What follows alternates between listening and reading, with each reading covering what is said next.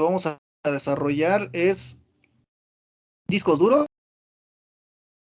Y bueno, esta presentación se encuentra en la plataforma Sladyshed y pertenece a Sebastián Roncasiano. Es un comentario que queríamos hacer antes de arrancar. Ya entrando en materia, eh, vemos una imagen de un disco duro de manera interna y bueno, los podemos identificar rápidamente por sus siglas en inglés, HD o Hard Disk. En otro momento también se utilizan como HDD, que significa lo mismo, Hard Disk Drive. Y bueno, los discos duros son elementos magnéticos donde se puede almacenar información de la computadora. Cabe aclarar que cuando la computadora se apaga, la información que queda resguardada en el disco duro no se pierde hasta que se vuelve a iniciar y a través de software se puede leer la información. Un poco acerca de la historia de los discos duros. IBM fue la empresa que desarrolló esta tecnología, la IBM 350, y sus principales características es que son elementos muy grandes. Tenía aproximadamente 1.52 metros de largo por 1.72 de alto y aproximadamente 73 centímetros de profundidad. Entonces nos podemos dar cuenta, pues sí, son dimensiones exageradamente altas. Y bueno, dentro de esta mole, podríamos decir que tenía 50 discos con un diámetro de 61 centímetros cada uno y que giraba a 1200 revoluciones por minuto. Más o menos el promedio de búsqueda se acentuó en 600 milisegundos y aproximadamente los discos contenían 50.000 sectores, que son datos pues muy específicos. Y bueno, cada sector podía almacenar alrededor de 100 caracteres. En total podríamos decir que son 5 millones de caracteres los que podría almacenar este disco duro. El IBM 350 no es algo tan grande como lo que hoy tenemos, pero pues en su época o con la tecnología que se tenía en ese momento, pues era demasiado innovador. Hay un par de imágenes.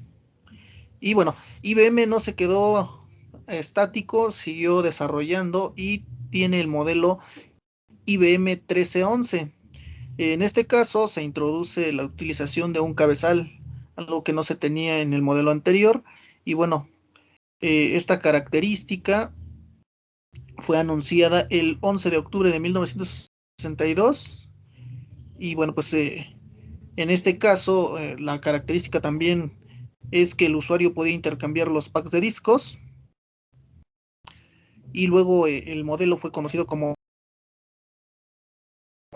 16, IBM 1316.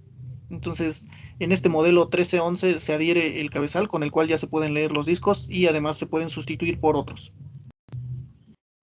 En el modelo 3340 la empresa refina el modelo y bueno, reemplaza al 1311 incrementando su capacidad de almacenamiento y bueno, también la velocidad de acceso. Aproximadamente el 13 de marzo de 1973 se anuncia el modelo 3340 que incorpora tecnología y bueno, que tiene algunos otros elementos mucho más desarrollados. A este elemento se le conoce como Winchester y bueno, la tecnología permite que el cabezal de lectura permanezca sobre la superficie del disco y eso reduce drásticamente la complejidad de lectura y escritura. Eh, Algo que debemos de mencionar es el costo.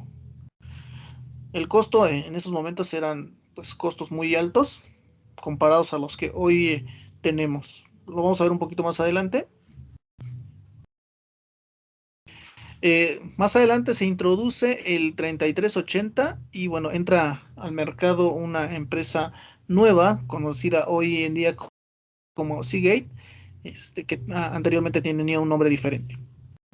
IBM presenta en junio el modelo 3380 y bueno, es el primer disco duro de la historia con una capacidad de 1 GB, algo que a lo mejor hasta hoy nos podemos reír, pero pues 1 GB fue algo innovador,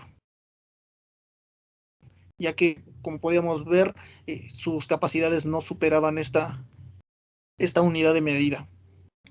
Uno de sus elementos muy distintivos es el peso, que aproximadamente eran de 200 250 kilogramos o un cuarto de tonelada. Y bueno, el costo de este disco duro oscilaba entre los $40,000. Entonces, si hacemos la comparativa a hoy, pues sí es una diferencia abismal. En ese momento, Sugar Technology lanzó el ST-506, que fue el primer disco duro que utilizó el formato estándar de 5.25 pulgadas y su capacidad de almacenamiento era de 5 megabytes. Y bueno, este es un dato interesante porque fue algo que despertó el atractivo de los usuarios. Más adelante, la empresa Sugar Technology se convierte en Seagate, que es uno de los principales desarrolladores de discos duros en la actualidad. El siguiente modelo que entra en la historia, porque se siguen desarrollando por más fabricantes, es Seagate Barracuda. Eh, este modelo de Seagate tiene una característica y es que tiene un espacio de almacenamiento de 2.1 gigabytes. Y bueno, mientras que la primera familia ATA tuvo disponibilidad en versiones de 6 gigabytes, 28 gigabytes, con un tamaño de buffer de 512 kilobytes. Y bueno, algo interesante es las revoluciones, son 7200 y estas 7200 fueron las que aproximadamente se tomaron como un estándar. Casi todos los fabricantes empezaron a construir discos duros con esta cantidad de revoluciones. Más adelante aparece Seagate Barracuda Hitachi, también conocida como Dextar 7K1000, y este modelo 7K1000 marca otro punto importante en la historia de los discos duros, al ser la primera unidad de 3.5 pulgadas o 3,5 pulgadas, y estaba disponible al público con una capacidad de 1 terabyte.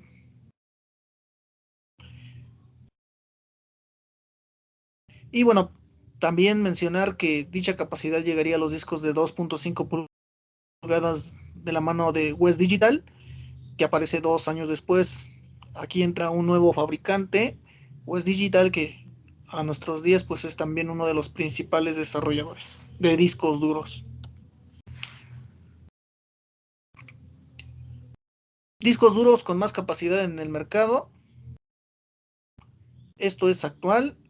West Digital Caviar Green, que tiene una capacidad de 3 terabytes y 2.5 terabytes.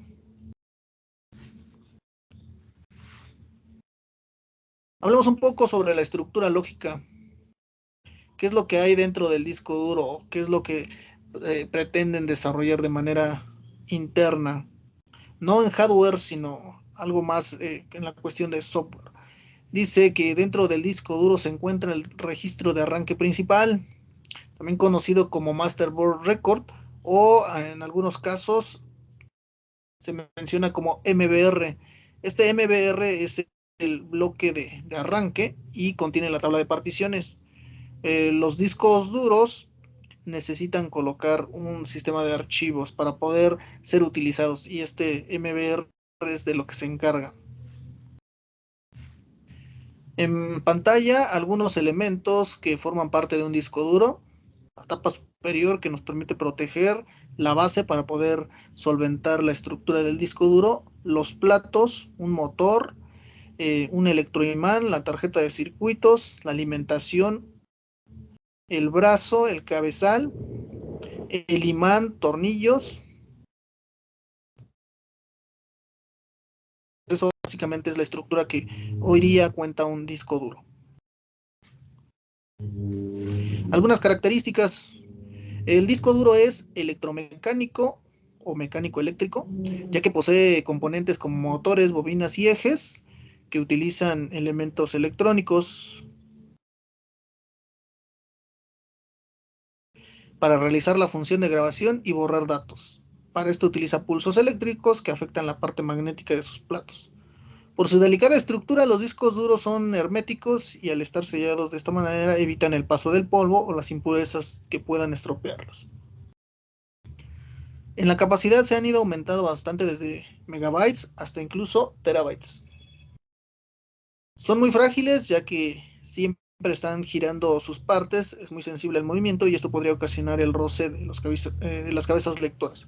Bueno, entonces algo que mencionar aquí es que pues todos los discos duros funcionan con elementos mecánicos y con elementos electrónicos. La cuestión eléctrica es para poder hacer el grabado o la lectura de su contenido.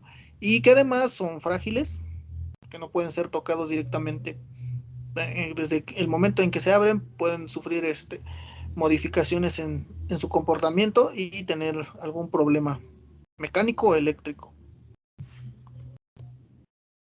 En pantalla vemos algunos conectores, los más utilizados en la actualidad, SATA, y algo un poco menos utilizado ya es IDE. SATA también significa serie ATA. Es actualmente el más utilizado, como lo mencionamos, en computadoras de escritorio o en laptops. Utiliza un tipo de bus serie para la transferencia de datos. Existen tres tipos de versiones: SATA 1 con una tasa de transferencia de 150 megabytes por segundo, el SATA 2 con transferencias de 300 megabytes por segundo y el SATA 3 con 600 megabytes por segundo.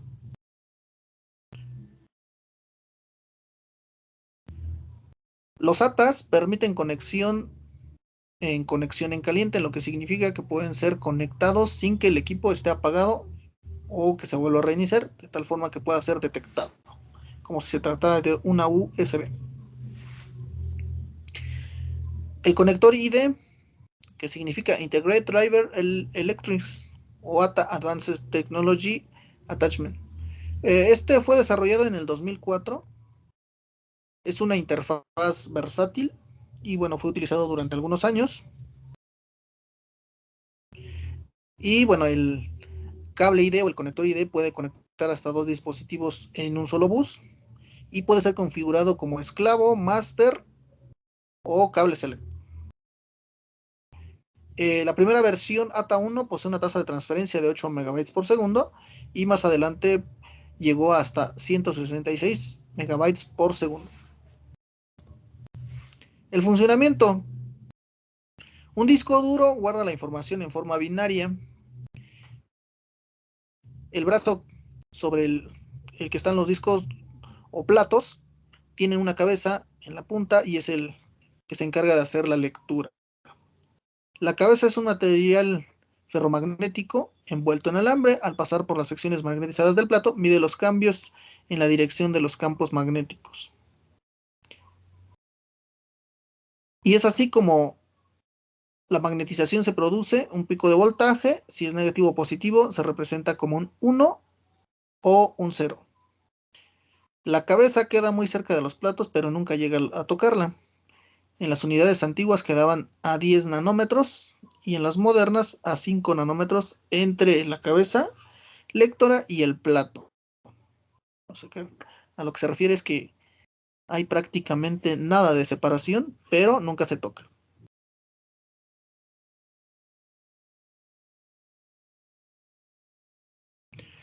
El plato llega a girar a una velocidad de 129 kilómetros por hora, si lo estuviéramos midiendo en términos lineales. En pantalla, la imagen de un disco duro de manera interna, y bueno, nos podemos relacionar con esta imagen viendo los platos, pues que son discos de material magnético, el motor que se encarga de hacer que giren y bueno, la cabeza lectora que es la encargada de hacer la lectura. Cabe mencionar que nunca se tocan a pesar de la eh, distancia tan pequeña que existe entre ellos. El mantenimiento. El disco duro debe tener suficiente espacio, pero nunca debe de estar en un tamaño o un espacio de 10% libre, lo que significa que debemos de tener suficiente espacio, ya que en momentos determinados se llegan a requerir por lo menos ese 10%. Y ya que si no, esto podría ocasionar problemas en el sistema, como no abrir programas, cerrarlos o que el equipo se vea más lento.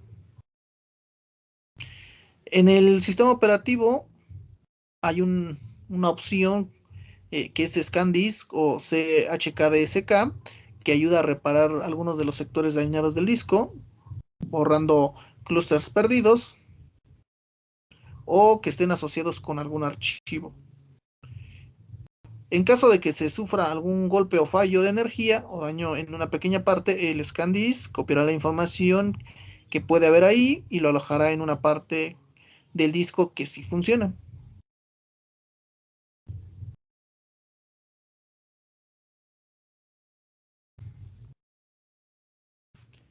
Algunos fabricantes de discos duros, de los más importantes en la actualidad, Hitachi, Seagate, West Digital.